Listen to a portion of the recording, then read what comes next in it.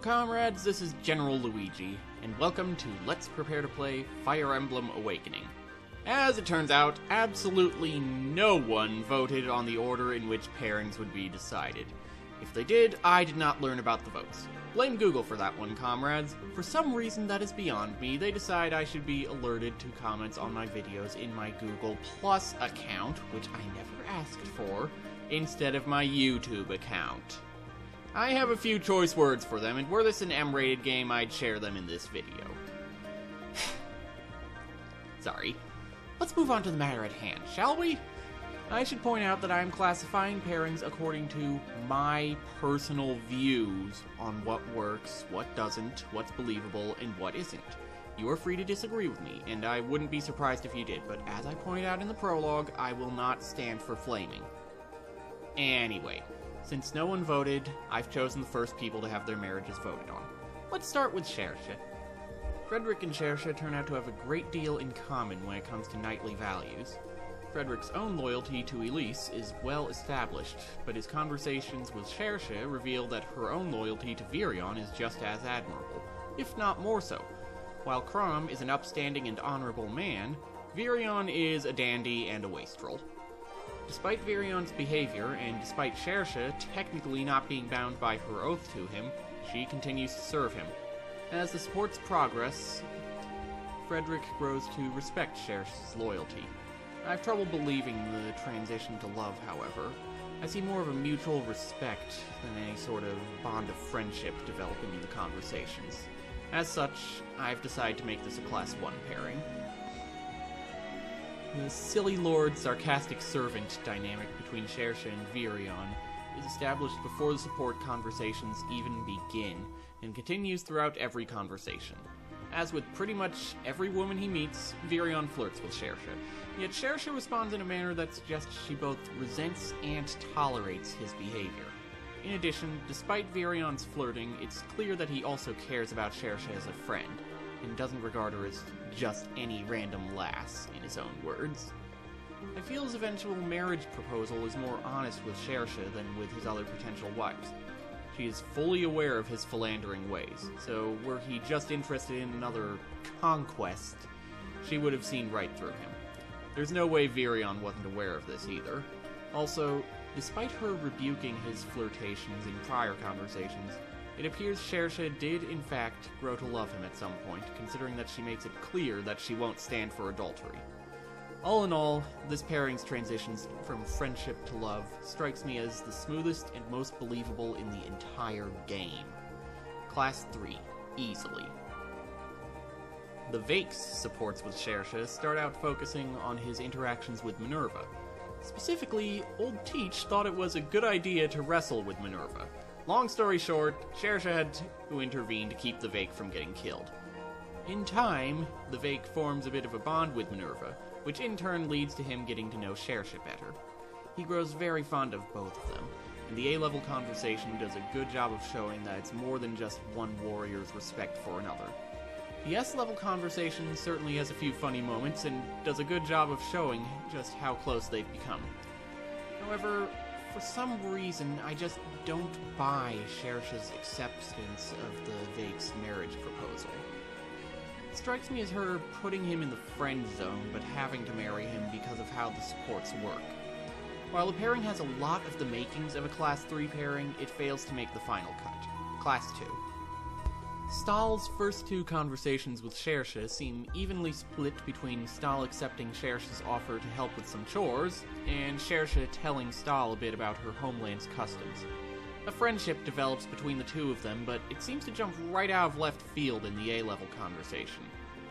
I don't like having to just take two people's word for it that they're friends, especially when they're going to fall in love in the next conversation. The S-level conversation is cute, but it doesn't make up for the suddenness of their friendship in the A-level conversation. Class 1. We get to see Saoirse's distinct aesthetic sense in her conversations with Kellum. She considers Kellum's armor adorable, and suggests adding spikes to it, of all things. One thing that's interesting here is that Saoirse actually notices Kellum right from the start. Then again, this is likely because she actually likes the way the armor looks. The problem is that I don't really see any actual bonds forming between them. Even at A level, I feel as though I'm being told rather than shown that they've become close. As a result, Kellum's proposal in the S level support just strikes me as very sudden. Their feelings for each other just don't come across to me at all. Class 0. Cherche's supports with Lon'qu reveal to us why he's so terrified of women. As it turns out, when Lon'qu was younger, he was good friends with a girl named Keri. Then bandits attacked. Both fought viciously to protect each other, but in the end, Keri died. Keri's parents blamed Lon'qu for her death, which in turn led to Lon'qu disappearing. In time, Keri's parents realized that Lon'qu did not deserve their ire, but by that time, he was long gone. Lon'qu learns that they have forgiven him through Cherche, who happened to meet Keri's parents shortly after Lon'qu's disappearance. Learning that he has been forgiven helps him recover from the pain of losing Keri. Unsurprisingly, he falls in love with Cherche and asks her to marry him. Feels though there should have been one more conversation between A level and S level to help with the transition from friendship to love. But because they split Keri's story into 2 conversations, there wasn't enough room, which in turn leads to Lon'qu's marriage proposal striking me as rushed. Class 1. We get a good look at Ricken's dreams in his conversations with Cherche. It turns out he's generally very good with animals, so he decides to try to become friends with Minerva. He gets the impression he'd make a great wyvern rider, but Cherche advises against it. At first, his interest in becoming a wyvern rider comes off as a childish, "That looks cool, so I think I'll give it a try" interest. But it turns out there's more to it than that. It's not brought up that often, but Ricken's actually a noble. However, his family's fallen on hard times, and Ricken hopes to restore their prestige by proving himself as a soldier. It's respectable, but I feel that's all the conversations show. Nothing in the way of friendship, let alone love. Rather, we just see Ricken earn Cherche's respect and grow a little as a person. Class 0. Cherche's supports with Gaius wander in a few different directions before finally settling on something that a friendship can be built on. We learn a bit about Gaius's various talents, but that just serves to lead into the classic, "why are you fighting" topic. Gaius is just in it for himself. Given who our enemies are by the time Cherche is available, Gaius does have a vested interest in Elise winning its wars. He's not as selfish as he lets on, however, and Cherche hints that she knows it. It turns out she's right in a sense. At first, it was just self-preservation and profit, but he has gained a sense of purpose beyond himself. The implication is that his newfound feelings for Cherche are what spurred this transition, but as we'll see with other supports, that isn't the case. It's a nice pairing, though I didn't see any signs that Cherche felt the same way about Gaius. With just a little tweaking, it could easily be a Class 3, but I'm judging the pairing based on the conversations before us, not the conversations that I could easily see replacing them. Class 2. Gregor's supports with Cherche tell us a bit more about Minerva's past, as well as Gregor's. It turns out that, despite being a mercenary, Gregor's not just in it for the money. He has betrayed past employers on moral grounds at least twice. One of those betrayals was for Minerva's sake. Gregor had been hired to harvest claws from dead wyverns. However, the group of people he was working with decided to start killing wyverns so they would have more claws to bring back. Gregor turned on them to protect a baby wyvern whose mother had been killed by his former comrades. That wyvern turned out to be Minerva. Cherche is understandably quite touched by Gregor's kindness. Unsurprisingly, she falls in love with him as a result. It's worth pointing out that while she was very grateful for Gregor's actions, I feel she grew to love him because of what those actions said about him, rather than simply out of gratitude. As for Gregor, despite his earlier hints at a mere infatuation, I believe he has also grown to love Cherche at this point. He wanted to overcome his fear of heights before proposing to her. There's a part of me that's bothered by a single story from Gregor's past leading to love, but the transition's managed very nicely. So despite my misgivings, I'm making this a Class 3 pairing. Libra's supports with Cherche are, for the most part, a lesson for him. He is amazed by Cherche's bond with Minerva, and attempts to form a bond with a member of another species himself. That member of another species ultimately turns out to be Minerva. In time, he becomes capable of understanding Minerva just as well as Saoirse does. And then Libra and Saoirse fall in love. My problem with this support is that it's more so Libra's supports with Minerva than his supports with Saoirse. I saw no signs of Libra and Saoirse growing close in the conversations, so the two of them falling in love pretty much comes out of nowhere. Class 0. Henry's supports with Saoirse start off by showing his interest in Minerva. As it turns out, Henry doesn't have any human friends, but he absolutely loves other species.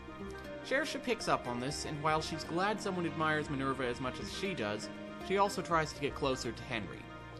She also picks up on his emptiness, shall we say. Learning to speak Wyvern probably helped her detect such subtleties. Henry insists that he considers Saoirse a friend, and despite her misgivings, he actually means it. He ultimately proposes to her, though it comes off as rather empty. This is Henry, after all. Also, Saoirse accepts, but the wording of her response makes me think she doesn't actually know what she's getting herself into. She outright says that she wanted to know the real man behind that jolly facade, and that marrying him would be her chance to do that. What the frick-frack. I can't claim to know this from personal experience, but I'd think you'd want to know your prospective husband pretty well before agreeing to marry him. Saoirse implies that she still arguably doesn't know the real Henry. I can't support that kind of recklessness, meaning this is a Class 0 pairing. Donald's interest in Saoirse starts off with him wanting to confirm a rumor he had heard about a 9-year-old girl winning a fight with a wyvern. Said girl turns out to be Saoirse, which certainly excites Donald. He takes an interest in becoming a great wyvern tamer himself, and Saoirse agrees to teach him the tricks. It turns out it's not quite what he expected, but he catches on pretty quickly and realizes it wasn't so much taming a wyvern as it was becoming friends with one. They become friends, but as with Libra, it comes off more as a support between Donald and Minerva than one between Donald and Saoirse. Also, as with Saoirse's supports with Lon'qu, I feel as though this could be a really good pairing if there were one more conversation in there between A-level and S-level. Unfortunately, there is not, and so I feel I must relegate this pairing to Class 1. So those are Saoirse's potential husbands. If you plan on watching my Let's Play of this game and want Saoirse to marry a specific character, please vote for that character by posting your vote in the comments section or sending me a private message. If you feel any of the Class 0 pairings deserve a chance, you have until 12 o'clock p.m. Pacific Standard Time this Wednesday, November 13th, to convince me to reclassify them. Now let's move on to the other character whose marriage is being voted on this week, Laurent. First off, I'd like to apologize for breaking my promise and not showing Lady Spoiler's face, but it occurred to me that it was not necessary. Anyway, Laurent's conversations with Lady Spoiler begin with him noticing her trying to hide a leg injury and advising her to seek treatment. You see, Lady Spoiler was trying to keep her comrades from worrying about her. After she recovers, Laurent corrects a flaw in her form that had developed during her recovery. However, it turns out Laurent has problems of his own. Despite Lady Spoiler being immensely grateful for his assistance, he feels he is unfit to offer such advice, and that he is only doing so to stroke his own ego. Lady Spoiler manages to convince him to give himself credit where credit is due, though. The two develop a bond over their shortcomings and how hard they are on themselves. From there, it's just a quick hop to falling in love. Their selflessness and love for others makes them come off as very well suited to each other, and the transition from friendship to love is one of the better ones in my opinion. Class 3. As with Lady Spoiler, Laurent's conversations with Kiel start off with him advising her to seek treatment for a medical problem. In this case, lower back pain. Unlike Lady Spoiler, however, Kiel initially resents the suggestion, though she thanks him later. It's at this point, however, that Laurent reveals he keeps an eye on everyone to make sure they're in good shape. Kiel warns him that such behavior could come off as stalking to some people, Laurent mistakenly interpreting some people as meaning Kiel. As a result, Laurent stops watching her and advising her. She confronts him over this and clears up the misunderstanding. In the S-level conversation, it's revealed that Kiel harbored feelings for Laurent, and that was part of the reason she was bothered by him no longer watching her. I feel as though this is what we could have seen in Laurent's supports with Lady Spoiler if the topic hadn't shifted to Laurent's own shortcomings. It leaves me wanting as far as the bond between Laurent and Kiel is concerned. I feel as though the retroactive declaration of love is more an excuse to end the series of conversations than a proper culmination of a developing bond. Class 1. In addition to being the Army's go-to guy for medical advice, Laurent also takes it upon himself to keep the Army running smoothly. We see this in his supports with Cynthia. Our aspiring hero is putting herself in unnecessary danger for the sake of theatrics. The first two conversations are pretty much just Laurent lecturing Cynthia and her stubbornly keeping up her hero delusions. And then Laurent gets hurt when Cynthia's inattentiveness leads to her falling on him. Mind you, he was trying to keep her from falling, but it still leads to Cynthia feeling absolutely horrible about how she's been behaving. She apologizes to him, he apologizes for being hard on her, and the two make up. In the S-level conversation, surprise! Another retroactive declaration of love.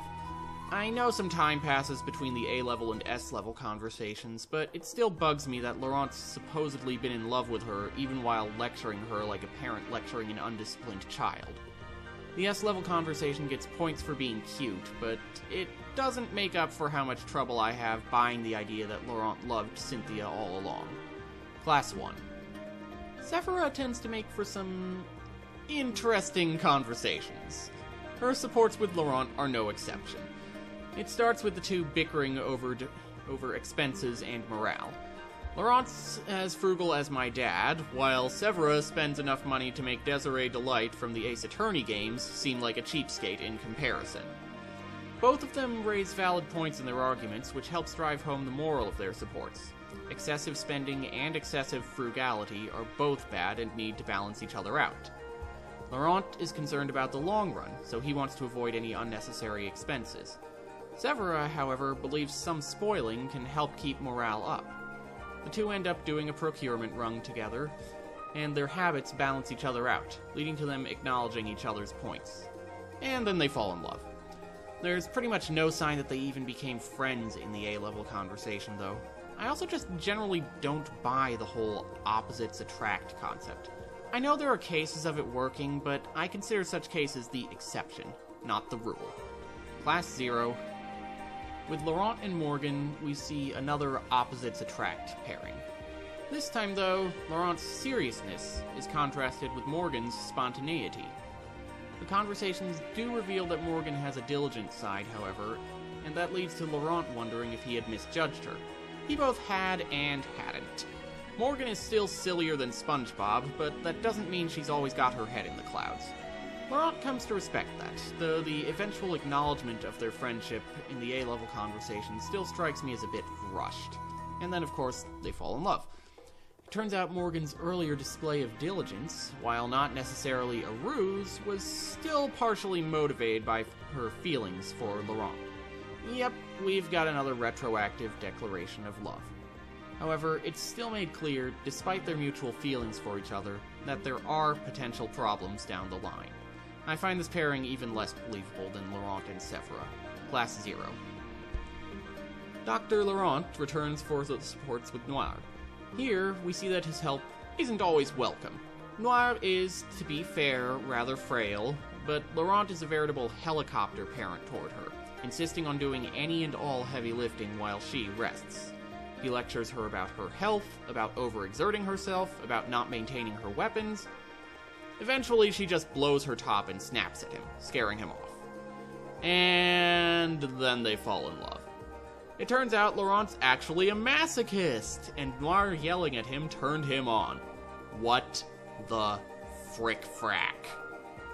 It might be played for laughs, but I cannot see anything good coming out of that kind of relationship.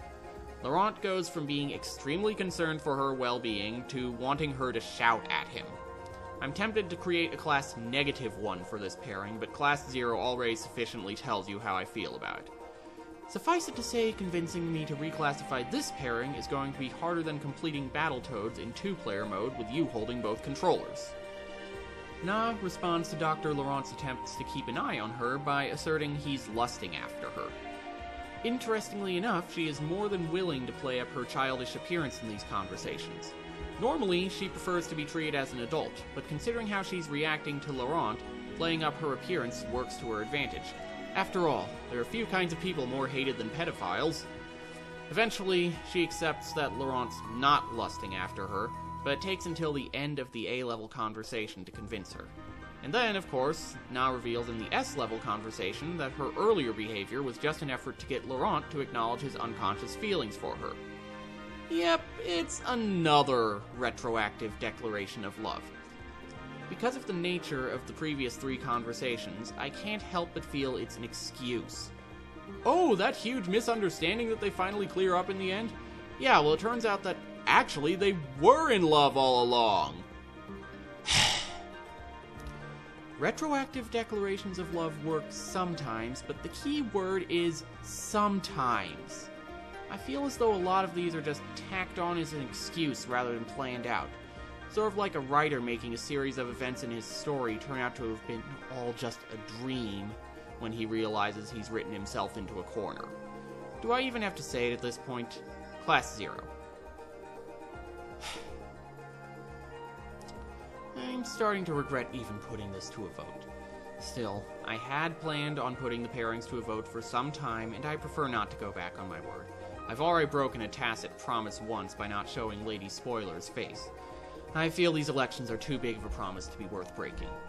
Anyway, as with Cherche, if you plan on watching my Let's Play and want Laurent to marry a specific character, please post your vote in the comments section, or send me a private message with your vote. Likewise, if you believe any of Laurent's Class 0 pairings deserve a chance, you have until 12 o'clock p.m. Pacific Standard Time this Wednesday, November 13th, to convince me. Good luck with that one. Unlike with Cherche, my preference with regards to Laurent is painfully obvious. Anyway, sorry for ending on such a negative note. I'm not one of those rabid shippers who would hate a character simply for being part of an alternative to my preferred pairing, but I still have my preferences. That said, I'll run with whatever pairing is elected. If any Class 0 pairings have been reclassified, I will update this video on Thursday to address that. I will see you next time.